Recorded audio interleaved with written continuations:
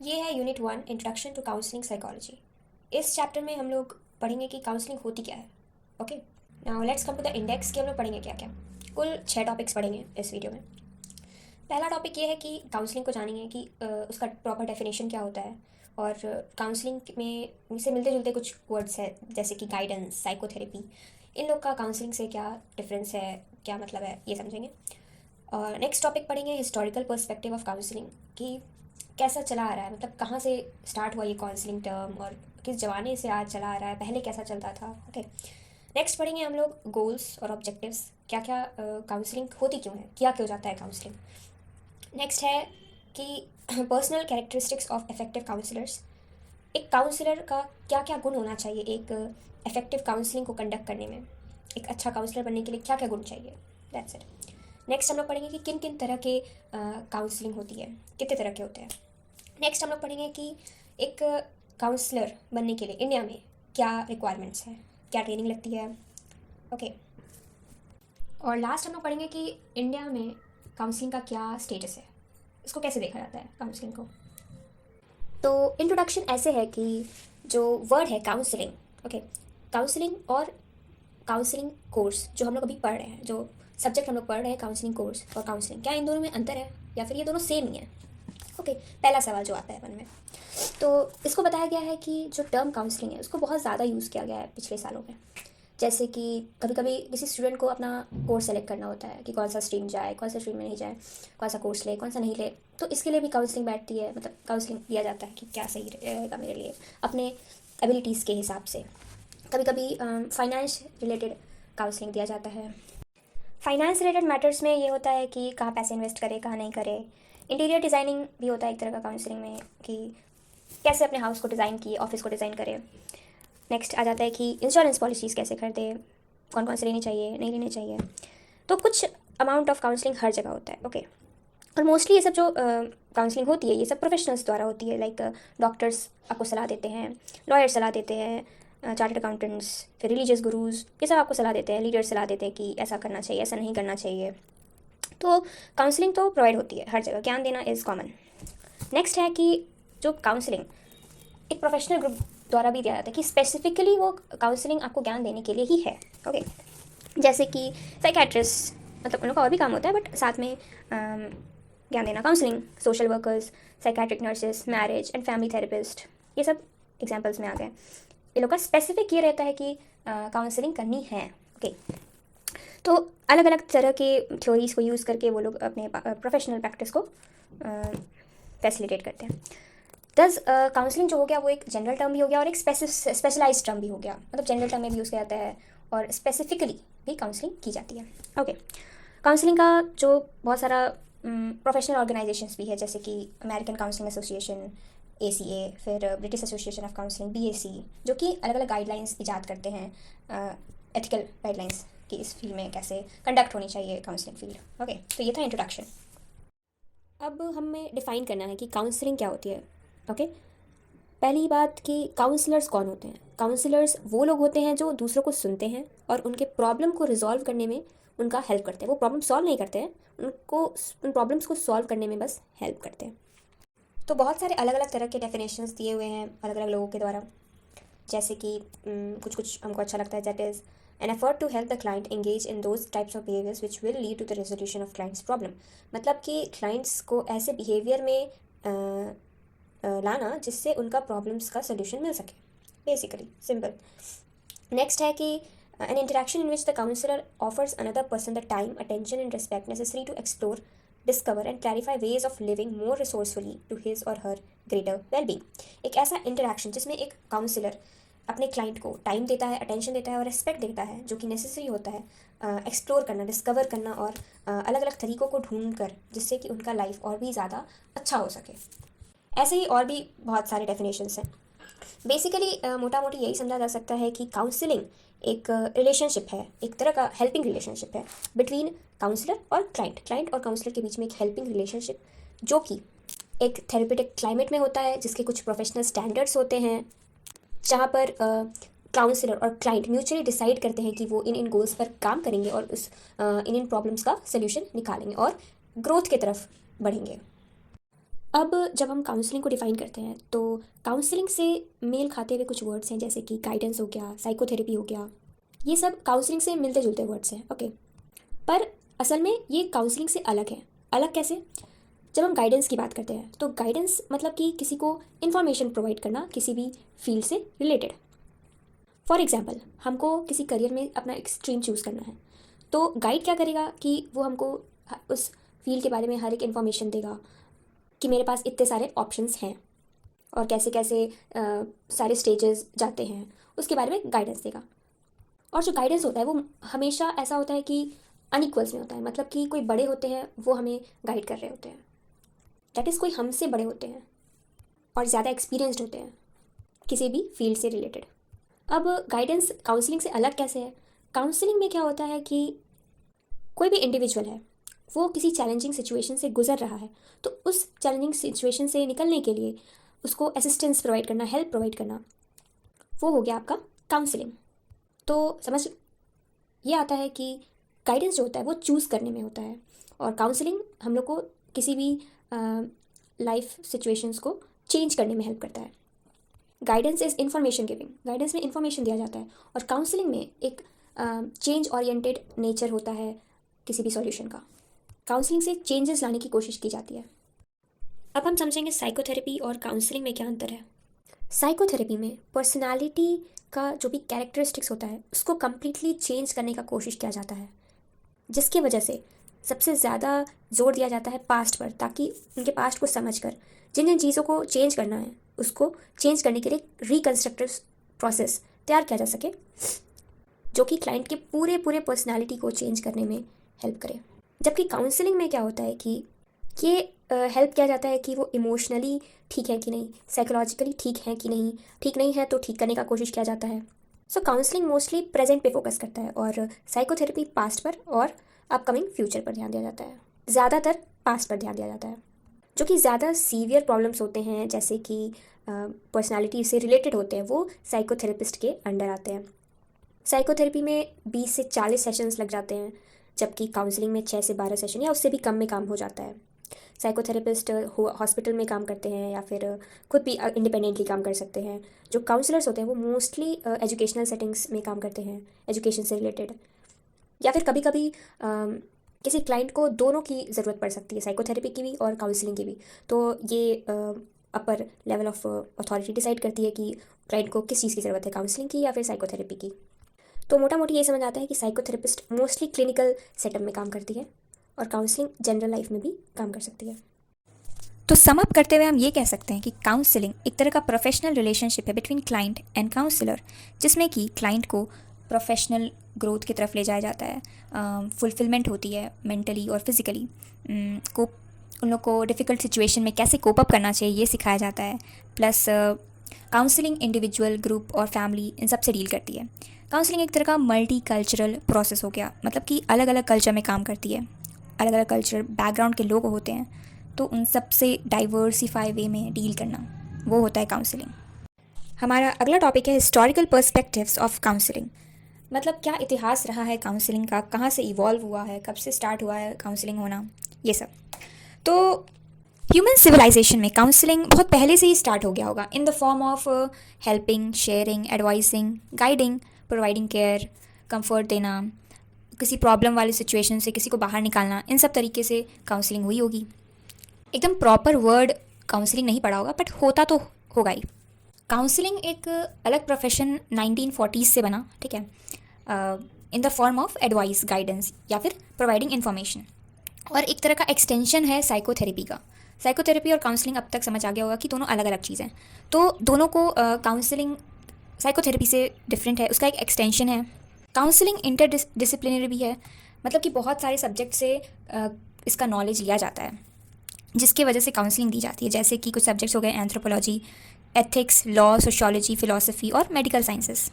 और काउंसलिंग 1940 से क्यों स्टार्ट हुआ? क्योंकि उससे पहले दोनों वर्ल्ड वॉर हो चुके थे, लोगों को हेल्प चाहिए था, तो उसी को देखते हुए ये सब स्टार्ट हुआ।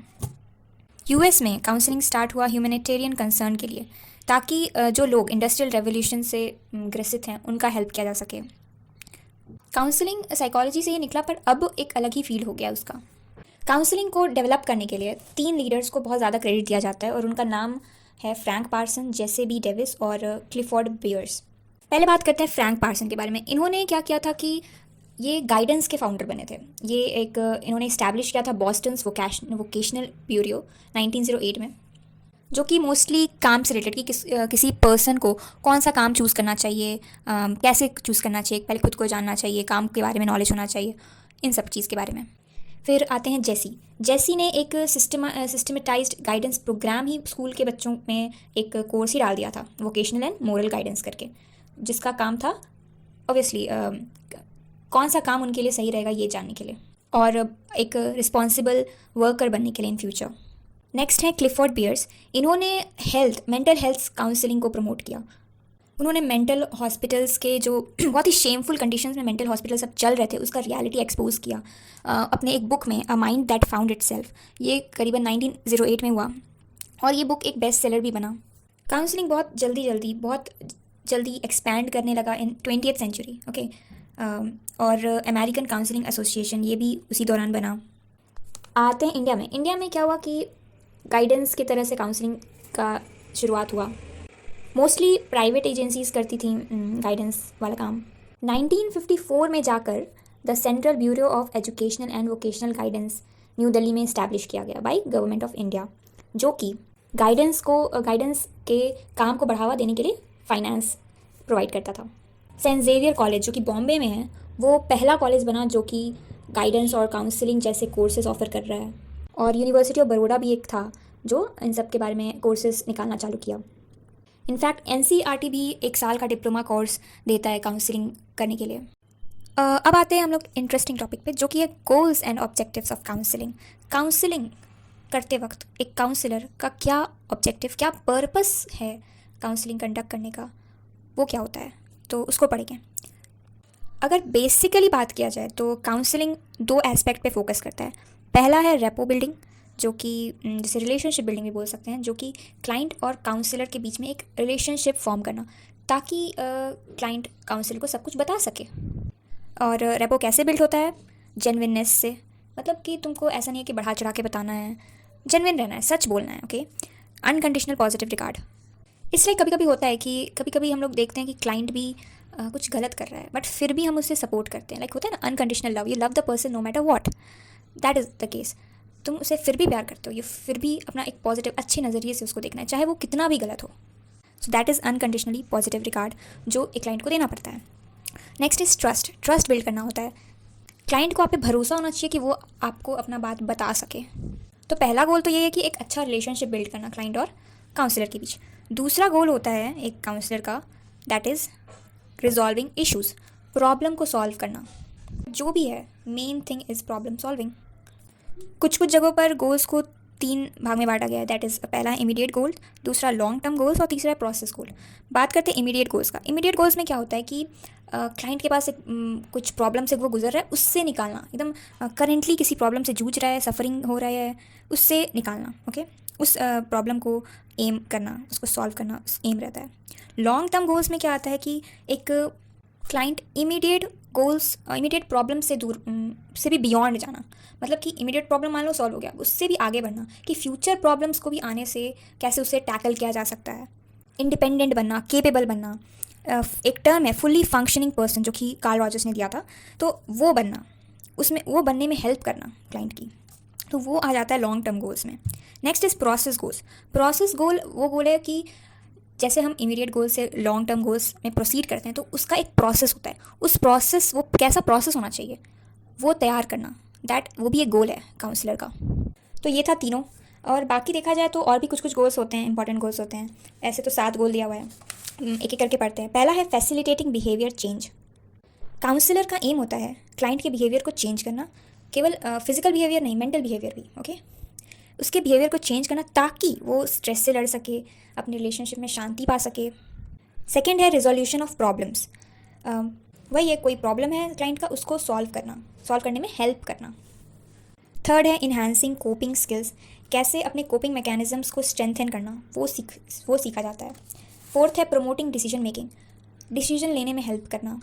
फिफ्थ है इम्प्रूविंग रिलेशनशिप्स, इंटरपर्सनल रिलेशनशिप जो कि हर प्रॉब्लम का जड़ माना गया है, तो उसको ठीक करना। नेक्स्ट सिक्स्थ है फैसिलिटेटिंग द क्लाइंट्स पोटेंशियल। वही जो पहले बोला गया कि क्लाइंट के पोटेंशियल को पहचानना, उसको अपने पोटेंशियल को पहचानने में हेल्प करना, क्लाइंट्स के स्ट्रेंथ और वीकनेसेस पर काम करना ताकि वो आगे आने वाले प्रॉब्लम्स को टैकल कर सके और जो वो बन सकता है वो बन सके। And last but not the least seventh है achievement of positive mental health, जो कि सबसे मेन है।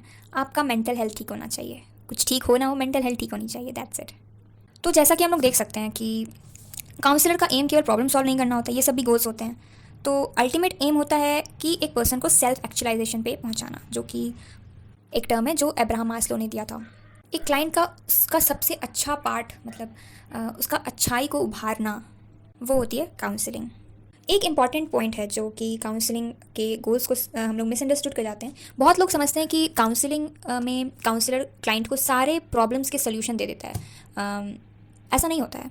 इट्स नॉट लाइक कि डॉक्टर के पास गया, वो आपको कोई दवाई प्रिस्क्राइब किया और दवाई ले लिया और आप ठीक हो गए, ऐसा नहीं होता है। काउंसलिंग में दोनों, काउंसलर और क्लाइंट दोनों म्यूचुअली डिसाइड करते हैं कि किन गोल्स पर काम करना है, क्या क्या स्ट्रैटेजीज होनी चाहिए किसी प्रॉब्लम को टैकल करने में। इट्स लाइक क्लाइंट का फ्री विल होना चाहिए। उसका रिस्पॉन्सिबिलिटी, क्लाइंट का रिस्पॉन्सिबिलिटी है कि वो डिसीजन ले। काउंसलर हर वक्त डिसीजन नहीं लेता है, वो दोनों साथ मिलकर डिसीजन लेते हैं। काउंसलर अलग अलग पर्सपेक्टिव, अलग अलग नज़रिया देता है क्लाइंट को किसी प्रॉब्लम को देखने का, ताकि वो सही डिसीजन ले सके और आगे बढ़ सके। सो यही था goals and objectives of counselling. Next हम लोग पढ़ेंगे personal characteristics of an effective counsellor. एक काउंसलर में क्या क्या वो गुण होने चाहिए एक अच्छा काउंसलर बनने के लिए। तो उसको जानने से पहले हम लोग जेराल्ड कोरी का एक्सपीरियंस सुनते हैं, जब वो पहले शुरुआत में काउंसलिंग ज्वाइन की। तो वो बताते हैं कि जब वो कॉलेज के दिनों में थे तो वो लोगों का मदद करना चाहते थे, वो दुनिया बदलना चाहते थे।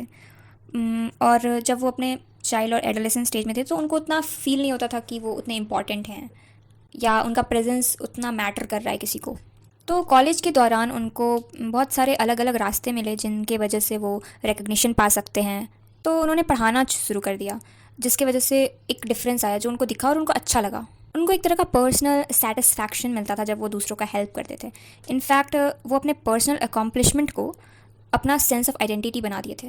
मतलब कि जब भी उनके प्रोफेशन में अच्छा होता था तो उनको एक अस्तित्व वाला फीलिंग आता था कि हाँ, मैं भी कुछ हूँ। जब वो काउंसलिंग के फील्ड में आए, एंटर किए, पहले तो उनको उतना कॉन्फिडेंट फील नहीं होता था और वो सोचते थे कि वो सूटेबल हैं इस फील्ड के लिए, नहीं पता नहीं। पर उनके जो को लीडर थे वो काफ़ी ज़्यादा एक्सपर्ट थे, तो उनको थोड़ा इन्फीरियर फील होता था। तो जब वो शुरू किए प्रैक्टिसिंग काउंसलिंग तो उनका प्रोग्रेस बहुत स्लो था। उनको अपने क्लाइंट से बहुत जल्दी फीडबैक चाहिए था, पॉजिटिव फीडबैक वो भी। पर बहुत हफ्ते बीत जाते थे पर क्लाइंट फिर भी डिप्रेस्ड फील कर रहा है, फिर भी एंग्शियस फील कर रहा है। तो उनको बहुत ही इनकॉम्पिटेंट सा फील होता था, जैसे कि वो काबिल नहीं है। और वो इस बारे में अपने सुपीरियर से भी बात नहीं कर पाते थे, उनको ठीक नहीं लगता था। उनको ये नहीं पता था कि थोड़ा टाइम लगता है क्लाइंट्स को, थोड़ा स्ट्रगल से गुजरना पड़ता है खुद के लिए आंसर्स ढूंढने के लिए। क्लाइंट्स को थोड़ा तो स्ट्रगल करना ही पड़ेगा। उनको ये बात नहीं पता था, उनको इमीडिएट रिजल्ट चाहिए था, जैसे कि क्लाइंट आया उनके पास और तुरंत ही अच्छा फील करने लगा। तो वैसा नहीं होता है, उनको ये बात नहीं पता था। और वो उनको क्लाइंट्स भी ऐसे पसंद थे जो तुरंत अपने प्रॉब्लम्स बता दें, जो कि नहीं होता है। टाइम लगता है क्लाइंट्स को कुछ की अपने प्रॉब्लम्स बयां करने में। तो वो सुपरविज़न लिए अपने सुपीरियर का और उनको पता चला कि क्यों वो डिप्रेस्ड पेशेंट से डील करने में उनको डिफ़िकल्टी आ रही थी, क्योंकि वो खुद अपना डिप्रेशन से डील नहीं कर पाए थे, क्योंकि वो खुद, उनको डर लगता था अपने डिप्रेशन वाले फेज़ को मीट करने में, खुद को जानने में डिफ़िकल्टी होता था। तो वो पेशेंट को और नहीं ले जा पाते थे। तो इस एक्सपीरियंस से उनको एक बहुत बड़ी सीख मिली कि जब तक वो खुद को अच्छे डायरेक्शन में नहीं ले जा सकते तब तक वो क्लाइंट को भी नहीं ले जा सकते। तो ये था उनका एक्सपीरियंस। तो जैसा कि हम लोग समझ सकते हैं कि कुछ क्वालिटीज़ होती हैं, कुछ पर्सनल क्वालिटीज़ होती हैं, कैरेक्टरिस्टिक्स होती हैं जो एक काउंसलर को चाहिए होता है अच्छा काउंसलिंग करने के लिए। तो बुक में कुछ क्वालिटीज़ दिए हुए हैं जिनसे पता चलता है कि क्या क्या कैरेक्टरिस्ट होते हैं। ज़रूरी नहीं है कि सब कुछ अवेलेबल हो, बट एक अच्छे काउंसलर को अगर डेवलप करना है अपना स्किल तो ये सब पॉइंट्स पर ध्यान देना चाहिए। तो अब उन पॉइंट्स के बारे में बात करते हैं। पहला पॉइंट है अ सेंस ऑफ डिस्टिंक्टिवनेस। तो जो इफेक्टिव काउंसलर्स होते हैं वो खुद को जानते हैं, वो खुद के लाइफ से क्या चाहते हैं ये जानते हैं, और वो खुद का काबिलियत जानते हैं, वो किन किन चीज़ों के लिए केपेबल हैं वो जानते हैं। सबसे इंपॉर्टेंट चीज़ कि वो जानते हैं कि वो काउंसलिंग में क्यों घुसे, इसी एरिया में क्यों घुसे, वो अपना रीज़न जानते हैं। सेकेंड पॉइंट है हाई ऑन सेल्फ रिगार्ड। वो खुद को प्यार देते हैं, वो खुद को प्यार के लिए वर्दी समझते हैं, प्यार पाने के लिए भी वर्दी समझते हैं, दूसरों का हेल्प लेने के लिए भी वर्दी समझते हैं खुद को। उनमें हाई सेल्फ वर्थ होता है, वो खुद को काफ़ी मानते हैं कि हम काफ़ी हैं, आई एम इनफ, और वो दूसरों को भी अपने प्रेजेंस में कंफर्टेबल फील कराते हैं। थर्ड पॉइंट है एमिनेबल टू चेंज। उनमें एक करेज होता है कि वो अपने आप को हर सिचुएशन में ढाल सकें, अडेप्ट कर सके सिचुएशन के साथ। फोर्थ पॉइंट है आर लाइफ ओरिएंटेड। वो बस जिंदा रहने के लिए नहीं जीते हैं, वो जीने के लिए जीते हैं। Fifth point is very important, they are genuine, sincere and honest. वो कोई नकली चेहरा लेके नहीं घूम रहे होते, वो एकदम ऑनेस्ट होते हैं। Sixth point is a sense of humour. वो एक रियलिस्टिक पर्सपेक्टिव लेके घूम रहे होते हैं और ज़िंदगी को इन्जॉय करते हैं, और वो खुद पे हंसने का भी ताकत रखते हैं, अपने मिस्टेक्स पर हंसने का ताकत रखते हैं, लाइक काफ़ी ग्राउंडेड होते हैं वो। Seventh point admit their mistakes. उनमें ये ताकत होती है कि वो खुद का गलती को एक्सेप्ट कर सके और उस पर काम कर सके। एट्थ पॉइंट है लिव इन द टुडे। वो प्रेजेंट मोमेंट पे जीते, ना कि फ्यूचर या पास्ट। नाइन्थ पॉइंट है acknowledge the influence of culture. वो कल्चर और डिफरेंट सोशल क्लास और रिलीजन, कास्ट, इन सब का प्रभाव जानते हैं कि इस रीजन में रहने का क्या इम्पैक्ट पड़ता है ह्यूमन बीइंग पे, किसी एनवायरनमेंट में रहने का क्या इम्पैक्ट पड़ता है, क्या इन्फ्लुएंस होता है behaviour. Tenth point is an earnest interest in the welfare of others. Earnest मतलब सीरियस, वो दूसरों को रिस्पेक्ट करते हैं, दूसरों का केयर करते हैं, वो बहुत सीरियस होते हैं इन चीज़ों में, केयर और वेलफेयर ऑफ अदर्स में। 11th पॉइंट है एफिशिएंट इंटरपर्सनल स्किल्स। उनमें रिलेशनशिप्स फॉर्म करने का एक बहुत अच्छा क्वालिटी रहता है और साथ में काम कर सकते हैं एक कॉमन गोल अचीव करने के लिए। 12th है dedicated to their work and derive meaning from it. वो अपने काम के प्रति काफ़ी डेडिकेटेड होते हैं और उनको अपना लाइफ मीनिंगफुल लगता है अपने काम की वजह से, उनको मीनिंग दिखता है अपने काम में। 13 है इसी से मिलता जुलता पैशनेट। वो सब काम पैशन के साथ करते हैं। 14th पॉइंट है काफ़ी important, able to strike a balance. वो अपना पर्सनल और प्रोफेशनल लाइफ को चेक में रखते हैं। वो क्लाइंट का जो भी इशू होता है वो खुद पर हावी नहीं होने देते हैं, अच्छा बाउंड्रीज रखते हैं लोगों के साथ ताकि वो अपने प्रोफेशनल लाइफ में अच्छे से कंट्रीब्यूट कर सके। तो ये सब जो क्वालिटीज़ हैं वो मे बी अनरियलिस्टिक लगे, बट ये इसके लिए स्ट्राइव किया जा सकता है एक अच्छा काउंसलर कहलाने के लिए। इस टॉपिक में कुछ पॉइंट्स हैं, कुछ मोटिव्स हैं, कुछ अच्छे मोटिव्स हैं साइकोलॉजिस्ट काउंसलर बनने के लिए और कुछ बुरे मोटिव भी है, तो उनको भी जानते हैं कि अच्छे मोटिव क्या क्या होते हैं और बुरे मोटिव क्या क्या होते हैं। अच्छे मोटिव में आ जाता है कि हम दुनिया को बदलना चाहते हैं, ह्यूमन बिहेवियर के बारे में जानना और अलग अलग तरह के बिहेवियर के बारे में जानना और उनको हेल्प करना, मेंटल हेल्थ इश्यूज से हेल्प करना। जो लोग खुद इमोशनल पेन में थे और उससे उभरे और अब चाहते हैं कि दूसरों का भी हेल्प करें, तो दीज आर गुड कारण to become a good counsellor. पर हार्मफुल मोटिव्स, हार्मफुल कारण ये सब हो सकते हैं कि खुद बहुत ज़्यादा ट्रॉमा डिस्ट्रेस में है फिर भी उनको काउंसलिंग देना है। कभी कभी होता है कि वो लव और इंटीमेसी खोज रहे होते हैं थ्रू काउंसलिंग सेशंस, तो ये सब बहुत बुरा कारण है। उनको वो अपना खुद फीलिंग्स छुपा रहे हैं और वो दूसरों पर पावर या कंट्रोल करने के लिए थेरेपी कर रहे हैं या फिर काउंसलिंग कर रहे हैं, तो ये सब बहुत बुरा कारण होता है। तो इसको भी जानना होगा कि मेरा मोटिव क्या है काउंसलिंग में आने के लिए। That's it. अब नेक्स्ट टॉपिक पढ़ेंगे टाइप्स ऑफ काउंसलिंग। तो काउंसलिंग को ब्रॉडली 3 तरह से क्लासीफाई किया गया है। तो पहला है एजुकेशनल काउंसलिंग। एजुकेशनल काउंसलर्स बच्चों के बीच काम करते हैं। जैसा कि टेक्नोलॉजी बहुत सी एडवांस हो रहा है, तो उसको देखते हुए, कॉम्पिटिटिव इन्वायरमेंट को देखते हुए बच्चे काफ़ी एंग्शियस हो जाते हैं, कन्फ्यूज हो जाते हैं, स्ट्रेस्ड हो जाते हैं, तो उस चीज़ से हेल्प करने के लिए एजुकेशनल काउंसलर्स रहते हैं। वो बच्चों को सिखाते हैं कि क्यों पढ़ना चाहिए और उन्हें अच्छी अच्छी तरकीबें सिखाते हैं कि लर्निंग प्रोसेस ईजी हो जाए। वो लर्निंग का इंपॉर्टेंस भी बताते हैं कि सीखना चाहिए, ना कि कम्पीट करने के लिए बल्कि सीखने के लिए सीखना चाहिए। नेक्स्ट आ जाता है vocational guidance and career counselling. ये तो सब जानते हैं, करियर, वर्क प्लेस, इन सब से रिलेटेड कौन सा सही करियर रहेगा उनके पर्सनैलिटी के हिसाब से, क्या क्या स्कोप होते हैं किसी करियर में, वर्क स्ट्रेस, वर्क प्लेस में कैसे अच्छा बिहेवियर लाना और कुछ इंटरपर्सनल कॉन्फ्लिक्ट्स से कैसे डील करना, जॉब सेटिस्फैक्शन पाना, ये सब। थर्ड आ जाता है पर्सनल सोशल काउंसलिंग। इसमें काउंसलर्स ग्रोथ और डेवलपमेंट के बारे में बताते हैं, खुद को समझना, खुद के कैपेबिलिटीज़ को बढ़ाना, खुद के पोटेंशियल तक रीच करना, खुद का इमोशनल वेलबींग पाना, मेंटल हेल्थ को ठीक करना, इंटरपर्सनल रिलेशनशिप्स में हेल्प लाना, बेसिकली ओवरऑल वेलबींग की तरफ जाना। अब ये 3 जो काउंसलिंग एरियाज़ बताए, इन सब के अंडर भी 4 तरह के काउंसलिंग सिचुएशन आते हैं। वो हैं डेवलपमेंटल, फैसिलिटेटिव, क्राइसिस और प्रिवेंटिव काउंसलिंग। अब सबका डिसीजन होता है कि वो किस तरफ जाएं। Developmental counselling through out the entire life span चलता है, मतलब चलते रहता है बस। मतलब वो हर स्टेजेस के लिए होता है, लाइफ के हर स्टेज पर वो काउंसलर क्लाइंट के साथ रहता है। नेक्स्ट है फैसिलिटेटिव। इसमें काउंसलर क्लाइंट का प्रॉब्लम्स सॉल्व करने में उसका हेल्प करता है, किसी ख़राब स्टेजेस से गुजरने में हेल्प करता है। तीसरा है क्राइसिस काउंसलिंग। कोई भी क्राइसिस आ गया है, कोई भी मुसीबत आ पड़ी है, उससे डील करने के लिए, जिसमें एकदम इमीडिएट रिस्पॉन्स चाहिए होता है। लास्ट है प्रिवेंटिव काउंसलिंग। इसमें ज़्यादा एम्फेसिस दिया जाता है फ्यूचर आने वाले प्रॉब्लम से बचने के लिए, उससे खुद को किसी क्लाइंट को काबिल बनाने के लिए। तो ये थे टाइप्स ऑफ काउंसलिंग। नेक्स्ट है training and professional aspects of counselling. मतलब कि क्या क्या ट्रेनिंग लगता है काउंसलर बनने के लिए और क्या क्या प्रोफेशनल एस्पेक्ट्स को देखा जाता है काउंसलिंग के वक्त। ओके, तो training and professional aspects of counselling में 4 तरह के अलग अलग प्रोफेशनल क्वालिफिकेशंस होते हैं जो कि इम्पॉर्टेंट होते हैं। पहला है इंस्पेक्शन, मतलब कि कैसा काम करने का ढंग है, क्या क्या तरीका से काम किया जाता है, वो कोई गवर्नमेंट एजेंसी आके देखती है, तो वो हो जाता है इंस्पेक्शन। सेकंड है रजिस्ट्रेशन। रजिस्ट्रेशन में एक काउंसलर खुद को रजिस्टर करता है किसी प्रोफेशनल ऑर्गेनाइजेशन में जिसमें वो काम कर सके। थर्ड है सर्टिफिकेशन। सर्टिफिकेशन में गवर्नमेंट बॉडी एक रिकॉग्निशन तरह से ग्रांट करती है जो जो आपने क्वालिफाई किया है। फोर्थ आ जाता है लाइसेंशियर। लाइसेंस देती है गवर्नमेंट एजेंसी।